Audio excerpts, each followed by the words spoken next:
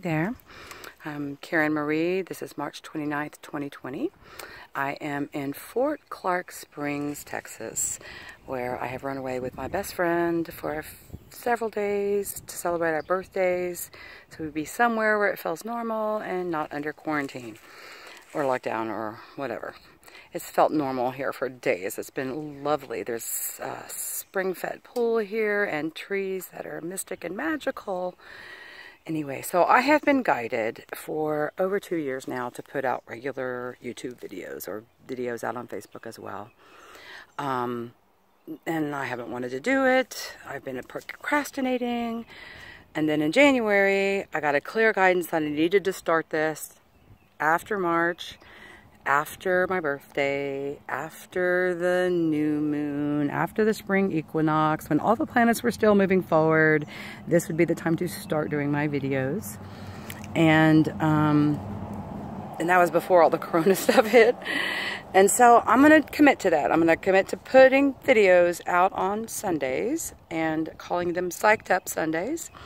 So today I wanted to start with my spiritual practice and how important it is as a part of my being a professional psychic. So I've been doing psychic readings professionally since 1988, and I've been daily practicing Nichiren Buddhist since 1984. So when I started chanting, it activated my already latent psychic abilities and really brought them to the forefront. The more I would chant, the more psychic things would fall into place for me. And then so my realm, the way I look at things, is that we all have this inner vision. We all have a Buddha nature. We all have a Christ self, a higher self, a divine self, part of ourself that's connected to everything, and is the wisdom for our own inner life. And that our gut feeling, our intuition, is our GPS system, is that connection to that higher self. And so, especially in these times, it is critical to pick up spiritual tools and use them. And the most basic spiritual tool is breathing deeply in the divine energy of the universe and breathing deeply out any toxic, anything, any funk in your body. That's the most simple meditation and powerful thing we can do on a daily basis. And there's all kinds of modalities. I chant Nam Myoho Renge Kyo. That's the main mantra that I chant, and I do that as all the time, hours lately. And when I say lately, I'm going to stop a minute and say that I've had a spiritual practice where I chant in the morning and recite part of the Lotus Sutra in Chinese Sanskrit, which we call Ganyo in our Buddhist practice.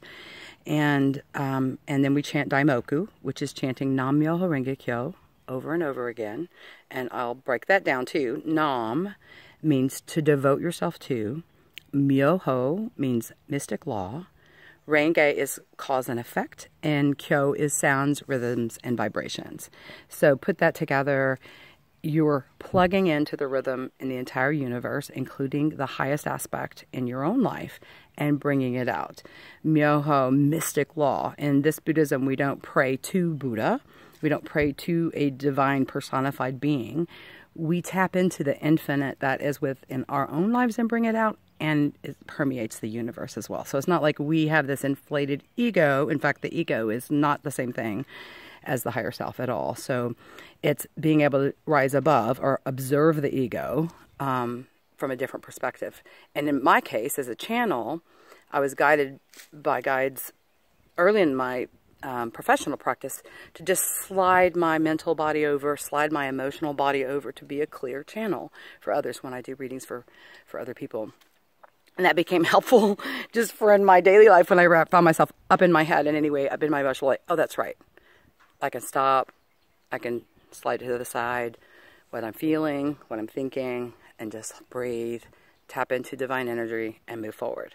So I have lived my life for a long time now, guided by my intuition on a daily basis. I sit down in the morning with my chanting, and here, I'll turn it around here. I've had a little, I don't know if you can see what that's going to look like. Set on my own little altar. I don't know how to flip the phone around while I'm recording. And then I write down a list of, things I get as I'm chanting. to do for the day. I put little hearts and I write them down. And this is sort of my, like, whether, and you know, someone I need to call or, you know. And so this video came in for the last several days in a row. So here I am. I want to do this now and quit procrastinating and not trying to have it be perfect or me look, I have no makeup on, so perfect. I'm not trying to be gorgeous or beautiful. It's not about me. It's about opening my mouth and sharing this message that I have been leaned on by my guides to be sharing on a regular basis, which is whatever the messages are for the moment. So I lead my life by just doing that on a daily basis. What today do I feel guided to do? I suggest that for everyone. When I sit down to chant, I do that. I chant for guidance. I chant to be in touch with my Buddha nature. I chant to transform whatever's obstacles in front of me. One of the things I love about Buddhism is I learned about the concept of karma. Basically, everything in your life is a reflection of you and your karma, and it's positive and negative. And if you set more positive causes, you accumulate good fortune. And chanting is like putting fortune in your bank account, and it accumulates over time. And I can really say after 36 years of Buddhist practice that I can feel like that.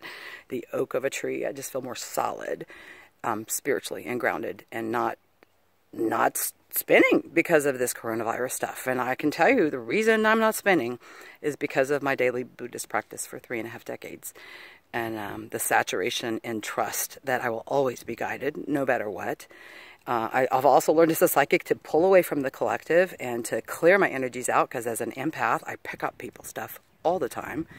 And so I need this practice to clear myself out and to tune myself in and to plug myself into greater things. And when I first found this practice, I had just been hospitalized for almost 2 months for depression. I turned 21 in Shoal Creek Hospital in Austin, Texas, and it was soon after that that I encountered this Buddhism and started chanting, and transformed my life. And so I invite you to do the same yourself in any way, whatever tools, spiritual prayers, call to you little chirping birds. Kids are coming back into the camp. So I'm going to end my video now. It tells me it's time to end it. I hope that's been helpful for somebody. You want more information about the Buddhism I practice? That's sgi-usa.org, Soka Gakkai International, sgi-usa.org.